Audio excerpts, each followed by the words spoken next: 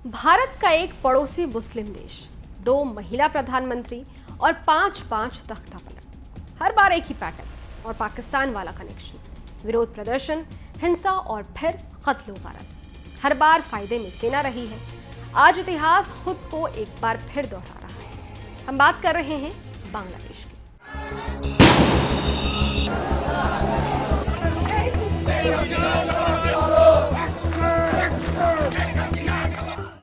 नमस्कार, आप देख रहे हैं न्यूज नेशन डिजिटल और मैं हूं आपके साथ अदिति शाह। आज जानेंगे बांग्लादेश में बार बार हुए तख्ता पलट और उससे जुड़े अहम किरदारों के बारे में। बांग्लादेश एक बार फिर बड़े उलटफेर से गुजर रहा है। आरक्षण कोटे को लेकर शुरू हुए विरोध प्रदर्शन ने शेख हसीना को सत्ता से बेदखल कर दिया है। प्रदर्शनकारियों ने चुनी हुई प्रधानमंत्री शेख हसीना को इस्तीफा देने और देश छोड़ने को मजबूर कर दिया। भीड़ अपनापा इस कदर हो चुकी है कि बांग्लादेश के संस्थापक शेख मुजीबुर रहमान की मूर्ति को तोड़ने और उसका अपमान करने पर उतारू हो गई। इसकी तस्वीरें भी सामने आई है। ऐसा सिर्फ इसलिए हो रहा है क्योंकि वो शेख हसीना के पिता थे। बांग्लादेश में सत्ता के लिए भीषण संघर्ष कोई नई बात नहीं। बांग्लादेश के अब तक के इतिहास में सत्ता के लिए संघर्ष हमेशा खून खराबे वाला रहा है, चाहे वो पाकिस्तान से आजादी की लड़ाई हो या फिर उसके बाद सैन्य शासन और लोकतंत्र का संघर्ष। बांग्लादेश लगातार राजनीतिक अस्थिरता और हिंसा की आग से झुलसता रहा है। हमारा पड़ोसी एक बार फिर हिंसा की आग में जल रहा है। शेख हसीना के खिलाफ उठी विद्रोह की चिंगारी से पूरा मुल्क सुलग रहा है। स्थिति हर घंटे बदल रही है। शेख हसीना देश छोड़ चुकी हैं। बांग्लादेश में अंतरिम सरकार का गठन भी हो चुका है। शेख हसीना के इस्तीफे के बाद बांग्लादेश आर्मी चीफ वकार उल जमा एक ताकतवर किरदार बनकर उभरे। जानकारों का कहना है कि भले ही अंतरिम सरकार का नेतृत्व नोबेल पुरस्कार विजेता मोहम्मद यूनुस करेंगे, लेकिन चलेगी वकार उल जमा।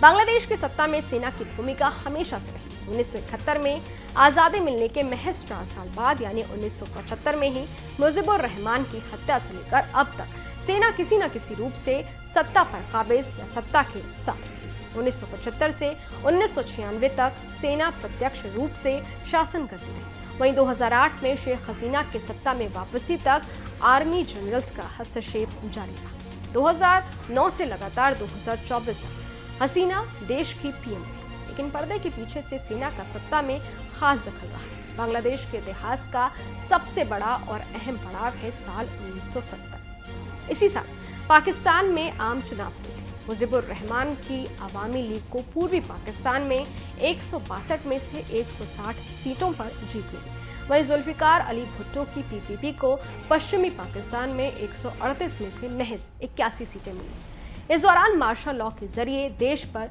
शासन कर रहे थे पाकिस्तान के सेना प्रमुख जनरल याहिया खान।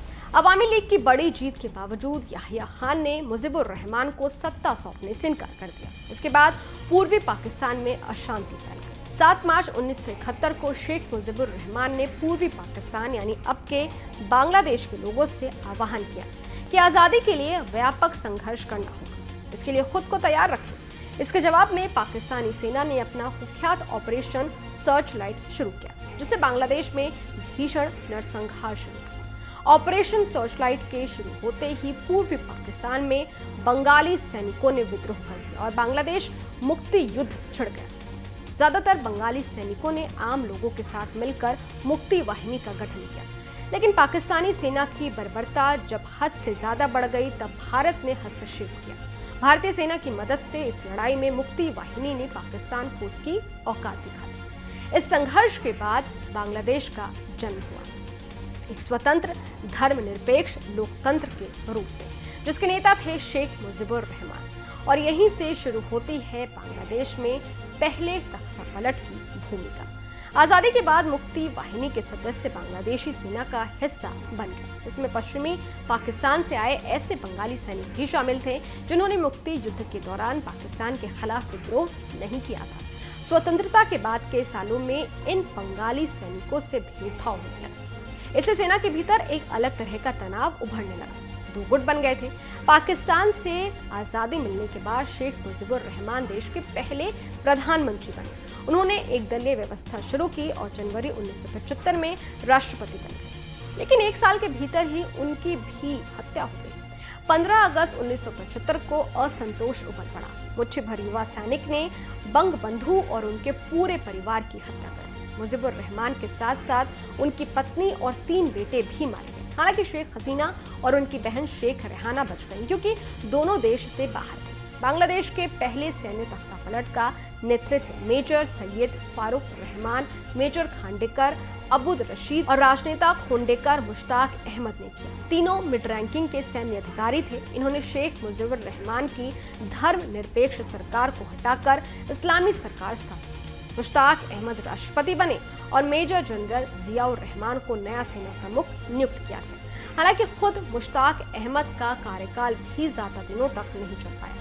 3 नवंबर 1975 को मुजीबुर रहमान के समर्थक माने जाने वाले ब्रिगेडियर खालिद मुशर्रफ ने एक और तख्तापलट किया और खुद को नया सेना प्रमुख नियुक्त किया। मुशर्रफ ने जियाउर रहमान को घर में नजरबंद कर दिया, क्योंकि उनका मानना था कि बंगबंधु की हत्या के पीछे जियाउर रहमान का हाथ था। 3 नवंबर के ठीक 4 दिन बाद यानी 7 नवंबर को बांग्लादेश के इतिहास का तीसरा तख्तापलट। इस घटना को सिपाही जनता विप्लव के नाम से जाना जाता है। मुशर्रफ की हत्या कर दी गई और जियाउर रहमान राष्ट्रपति बन गए।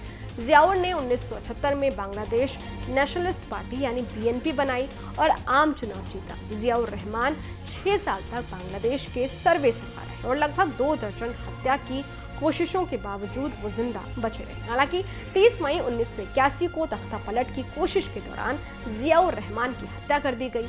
चटगांव के GOC major general Mohammad Abul Manzur के नेतृत्व वाली एक विद्रोही सेना इकाई ने सत्ता अपने हाथ में ली। विद्रोहियों का आरोप था कि राष्ट्रपति जियाउर रहमान उन सैनिकों का पक्ष लेते हैं जिन्होंने पाकिस्तान के खिलाफ युद्ध में भाग नहीं लिया था और जो आजादी के बाद पश्चिमी पाकिस्तान से आए थे। जियाउर रहमान की हत्या के बाद उपराष्ट्रपति अब्दुस सत्तारे ने तत्कालीन सेना प्रमुख लेफ्टिनेंट जनरल हुसैन मोहम्मद इरशाद के समर्थन से अंतरिम राष्ट्रपति के रूप में पदभार संभाला। लेकिन 24 मार्च 1982 को जनरल हुसैन मोहम्मद इरशाद ने बिना किसी खून खराबे के तख्तापलट कर दिया और बांग्लादेश की सत्ता अपने हाथ में ले ली। बांग्लादेश के संविधान को भी बर्खास्त कर दिया गया और पूरे देश में मार्शल लॉ लागू हो गया। लेफ्टिनेंट जनरल हुसैन मोहम्मद इरशाद ने जियाउर रहमान की जगह राष्ट्रपति बने अब्दुस सत्तारे को पद से हटा दिया। पूर्व सेना प्रमुख इरशाद तख्तापलट के बाद खुद राष्ट्रपति बने और 8 साल तक इस पद पर तैनात रहे। 1990 में लोकतंत्र समर्थक आंदोलन के बाद उन्हें पद छोड़ने को मजबूर होना पड़ा। बाद में कई इल्जामों में इरशाद ने जेल भी काटी, लेकिन 1980 के दशक में वो एक ताकतवर सियासी शख्सियत के रूप में उभरे। इरशाद ने 1986 में जातीय पार्टी की स्थापना की और 1982 के तख्तापलट के बाद पहले आम चुनाव की अनुमति दी। इस चुनाव में जातीय पार्टी ने बहुमत हासिल किया। इसके बाद बांग्लादेश में पहला स्वतंत्र चुनाव 1991 की शुरुआत में हुआ, जिसमें बांग्लादेश नेशनलिस्ट पार्टी यानी बीएनपी स्पष्ट विजेता है। जनरल जियाउर रहमान की विधवा खालिदा जिया बांग्लादेश की पहली महिला प्रधानमंत्री बनी।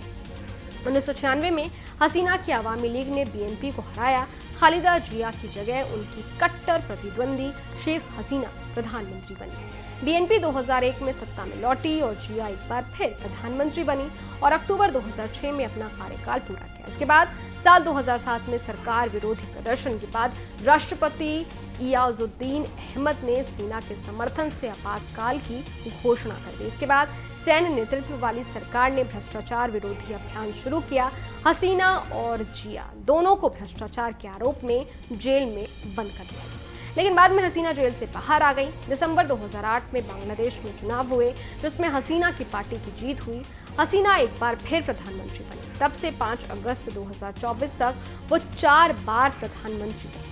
अब एक बार फिर बांग्लादेश में इतिहास दोहराया जा रहा है। बांग्लादेश में जितने भी तख्तापलट हुए हैं उनमें एक बात कॉमन है, बांग्लादेश की सेना हर बार की तरह इस बार भी आखिरकार फायदा सेना को ही होता दिख रहा है। ये जानकारी जुटाई है मेरे साथी रवि सिंह ने। ये वीडियो आपको कैसा लगा?